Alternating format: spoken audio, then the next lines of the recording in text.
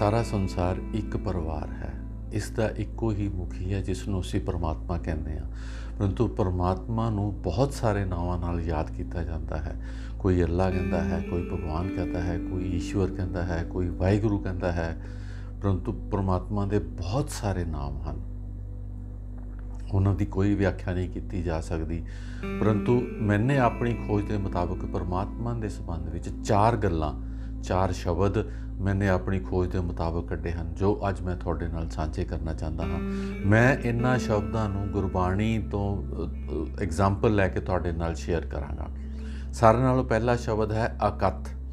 ਪਰਮਾਤਮਾ ਅਕਥ ਹੈ। ਪਰਮਾਤਮਾ ਦੀ ਕਥਾ ਕੋਈ ਨਹੀਂ ਕਰ ਸਕਦਾ। ਪਰਮਾਤਮਾ ਦੀ ਅਕਥ ਕਹਾਣੀ ਹੈ। ਇਸ ਸੰਬੰਧ ਵਿੱਚ ਜੋ ਸ਼ਬਦ ਗੁਰੂ ਗ੍ਰੰਥ ਸਾਹਿਬ ਵਿੱਚ ਲਿਖੇ ਹਨ ਉਹ ਇਹ ਹਨ, ਕਿਆ ਹੋ ਕਥੀ ਕਥੇ ਕਥ ਦੇਖਾ, ਮੈਂ ਅਕਥ ਨ ਕਥ ਨਾ ਜਾਈ। ਗੁਰੂ ਸਾਹਿਬ ਨੇ ਬੜੇ ਸਾਫ਼ ਸ਼ਬਦਾਂ ਵਿੱਚ ਪਰਮਾਤਮਾ ਦੀ ਕਥਾ ਕਰਨ ਤੋਂ ਇਨਕਾਰ ਕਰ ਦਿੱਤਾ। ਕਹਿੰਦੇ ਉਹ ਅਕਥ ਹੈ, ਉਹਦੀ ਕਥਾ ਮੈਂ ਨਹੀਂ ਕਰ ਸਕਦਾ। ਉੱਚਾ ਅਗਮ ਅਪਾਰ ਪ੍ਰਭ ਕਥਨ ਨ ਜਾਈ ਅਕਥ, ਪ੍ਰਭ ਕੀ ਅਕਥ ਕਹਾਣੀ। ਗੁਰੂ ਗ੍ਰੰਥ ਸਾਹਿਬ 'ਚ ਬੜੇ ਸਾਫ਼ ਸ਼ਬਦਾਂ ਵਿੱਚ ਲਿਖਿਆ ਹੈ, ਪਰਮਾਤਮਾ ਦੀ ਜਿਹੜੀ ਕਹਾਣੀ ਹੈ ਅਕਥ ਹੈ। ਉਹ ਕਥਨ ਨਹੀਂ ਕੀਤੀ ਜਾ ਸਕਦੀ। ਕਥਾ ਤੋਂ ਪਰੇ ਹੈ, ਸ਼ਬਦਾਂ ਤੋਂ ਪਰੇ ਹੈ, ਬਿਆਨਾਂ ਤੋਂ ਪਰੇ ਹੈ। ਕਥਨ ਨ ਜਾਈ ਅਕਥ ਸੁਆਮੀ, ਸਦਕੇ ਜਾਏ ਨਾਨਕ ਵਾਰਿਆ, ਤੂੰ ਅਕਥ ਕਿਉਂ ਕਥਿਆ ਜਾਏ। ਕਥਨੀ ਕਥਨ ਆਵੇ ਔਰ, ਕਥਨ ਕਹਿਣ ਤੇ ਮੁਕਤਾ, ਗੁਰਮੁਖ ਕੋਈ ਵਿਰਲਾ। ਹੁਣ ਜਿਹੜੀਆਂ ਉੱਪਰ ਤੁਹਾਨੂੰ ਮੈਂ ਤੁਕਾਂ ਸੁਣਾਈਆਂ ਹਨ, ਮੈਨੇ ਗੁਰੂ ਗ੍ਰੰਥ ਸਾਹਿਬ ਦੇ ਵਿੱਚੋਂ ਇਹ ਤੁਕਾਂ ਇਸ ਲਈ ਦਿੱਤੀਆਂ ਹਨ ਤਾਂ ਜੋ ਗੁਰੂ ਗ੍ਰੰਥ ਸਾਹਿਬ ਇੱਕ ਖਜ਼ਾਨਾ ਹੈ, ਸਾਡੇ 'ਤੇ ਬਹੁਤ ਉੱਚ ਪਦਵੀ ਰੱਖਦਾ ਹੈ। ਅਸੀਂ ਬਹੁਤ ਮਾਣ ਸਤਿਕਾਰ ਨਾਲ ਉਸ ਨੂੰ ਪੜ੍ਹਦੇ ਹਾਂ। ਉਸ ਦੇ ਵਿੱਚ ਗੁਰੂ ਸਾਹਿਬ ਨੇ ਬੜੇ ਕਲੀਅਰ ਸ਼ਬਦਾਂ ਵਿੱਚ ਪਰਮਾਤਮਾ ਨੂੰ ਕਹਿੰਦੇ ਨੇ ਕਥਨ ਤੋਂ ਪਰੇ ਹੈ, ਉਹਦੀ ਕਥਾ ਨਹੀਂ ਹੋ ਸਕਦੀ। ਪਰਮਾਤਮਾ ਦੀ ਜੋ ਕਹਾਣੀ ਹੈ ਉਹ ਅਕਥ ਹੈ, ਕਥੀ ਨਹੀਂ ਜਾ ਸਕਦੀ। ਦੂਸਰਾ ਜਿਹੜਾ ਸ਼ਬਦ ਹੈ ਉਹ ਹੈ ਅਲੱਖ।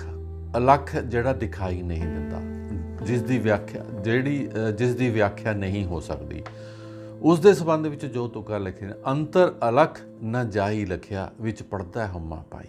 ਜਿਹੜਾ ਅੰਤਰ ਵਸਦਾ ਹੈ ਇਨਸਾਨ ਦੇ ਅੰਦਰ ਹੈ, ਲੇਕਿਨ ਉਹ ਦਿਖਾਈ ਨਹੀਂ ਦਿੰਦਾ, ਉਹ ਦਿਖਣ ਤੋਂ ਪਰੇ ਹੈ। ਕਾਇਆ ਅੰਦਰ ਆਪੇ ਵਸੇ, ਅਲੱਖ ਨ ਲਖਿਆ ਜਾਏ। ਮੇਰਾ ਪ੍ਰਭ ਅਲੱਖ ਨ ਜਾਈ ਲਖਿਆ, ਗੁਰਮੁਖ ਅਕਥ ਕਹਾਣੀ, ਅਲਖ ਅਪਿਓ ਹਰ ਰਿਹਾ ਸਮਾਏ। ਇਸ ਗੁਫਾ ਮੈਂ ਅਖੁੱਟ ਭੰਡਾਰਾ, ਤਿਸ ਵਿੱਚ ਵਸੇ ਹਰ ਅਲਖ ਅਪਾਰਾ। ਉਹ ਕਹਿੰਦੇ ਨੇ ਇਸ ਸਰੀਰ ਦੇ ਅੰਦਰ ਇੱਕ ਗੁਫਾ ਹੈ, ਉਹਦੇ ਵਿੱਚ ਪਰਮਾਤਮਾ ਅਲਖ ਜਿਹੜਾ ਦਾ ਭੰਡਾਰੇ ਅਖੁੱਟ ਭੰਡਾਰੇ ਨੇ, ਉਹ ਆਪ ਉਸ ਦੇ ਅੰਦਰ ਵਸਦਾ ਹੈ। ਉਹ ਬੇਅੰਤ ਹੈ, ਅਪਾਰ ਹੈ, ਲਿਮਿਟਲੈਸ ਹੈ, ਉਸ ਦੀ ਕੋਈ ਲਿਮਿਟ ਨਹੀਂ ਦੱਸ ਸਕਦਾ। ਸਭ ਇੱਕੋ ਇੱਕ ਵਰਤਦਾ, ਅਲਖ ਨਾ ਲਖਿਆ ਜਾਏ। ਇੱਕੋ ਇੱਕ ਸਾਰੇ ਪਾਸੇ ਉਹ ਇੱਕ ਆਪ ਵਰਤ ਰਿਹਾ ਹੈ, ਪਰੰਤੂ ਉਹ ਦਿਖਾਈ ਨਹੀਂ ਦਿੰਦਾ। ਅਦ੍ਰਿਸ਼ ਹੋ ਕੇ ਉਹ ਸਾਰਿਆਂ ਨੂੰ ਕੰਟਰੋਲ ਕਰਦਾ ਹੈ, ਸਾਰਿਆਂ ਦਾ ਸਵਾਮੀ ਹੈ। ਇਸ ਕਰਕੇ ਮੈਂ ਤੁਹਾਨੂੰ ਇਹ ਦੱਸਿਆ ਹੈ, ਇਹ ਸਾਰਾ ਸੰਸਾਰ ਇੱਕ ਪਰਿਵਾਰ ਹੈ ਅਤੇ ਇਸ ਦਾ ਜੋ ਮਾਲਕ ਹੈ, ਇਸ ਦਾ ਜੋ ਸਵਾਮੀ ਹੈ, ਉਹ ਇੱਕ ਆਪ ਪਰਮਾਤਮਾ ਖੁਦ ਆਪ ਹੈ। ਸਾਰਿਆਂ ਨੂੰ ਉਹ ਇਕੱਲਾ ਹੀ ਚਲਾ ਰਿਹਾ ਹੈ।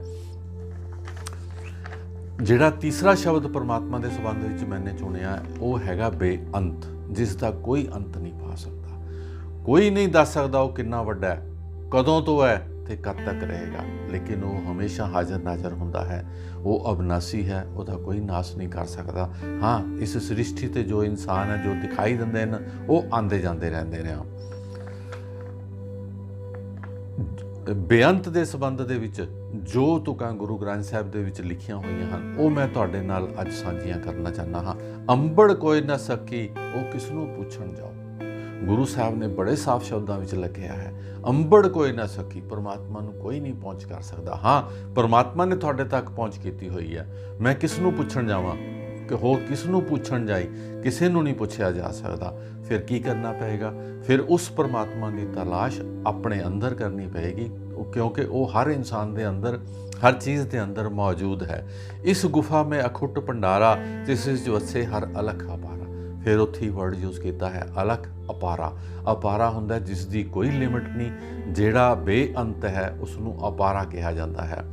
ਕੀਮਤ ਕੋਈ ਨਾ ਜਾਣੀ, ਕੋਈ ਨਾ ਹੀ ਤੋਲਣ ਹਾਰ, ਉਸ ਦੀ ਕੋਈ ਕੀਮਤ ਨਹੀਂ ਜਾਣਦਾ। ਉਹ ਕਿੰਨਾ ਵੱਡਾ ਹੈ ਤੇ ਕੋਈ ਉਸ ਨੂੰ ਤੋਲ ਨਹੀਂ ਸਕਦਾ। ਉਸ ਦੇ ਭਾਰ ਨੂੰ ਕੋਈ ਨਹੀਂ ਦੱਸ ਸਕਦਾ ਵੀ ਉਹ ਕਿੰਨਾ ਵੱਡਾ ਹੈ, ਕਿੰਨਾ ਉਹਦਾ ਭਾਰ ਹੈ, ਬੇਅੰਤ ਹੈ। ਤੂੰ ਸੁਆਮੀ ਅਲਖ ਅਗਮ ਅਥਾ, ਘਟ ਘਟ ਪੂਰੇ ਰਿਹਾ। बड़े छाप शब्दों में लिखा है, तू स्वामी अगम अथा। अथा का फिर मतलब वही होंदा है बेअंत, जिसका कोई था नहीं, जिस तक कोई पहुँच नहीं कर सकता। अगम अगाह, तेरा अंत न जाना मेरे साहिबा, मैं अंदले क्या चितराई। बड़े साफ शब्दों में लिखा है, तेरा अंत मैं नहीं जानता, तू बेअंत है, मैं अन्ना है, मैं तेरे अंत ਨੂੰ नहीं पा सकता, तू कदों तो है, कद तक रहेगा। बड़े साफ शब्दों में लिखा गया है परमात्मा बेअंत है, उसका कोई अंत नहीं पा सकता। फिर जिहड़ा चौथा शब्द गुरु ग्रंथ साहिब दे विच परमात्मा के संबंध में लिखा गया है, वो है अभेद।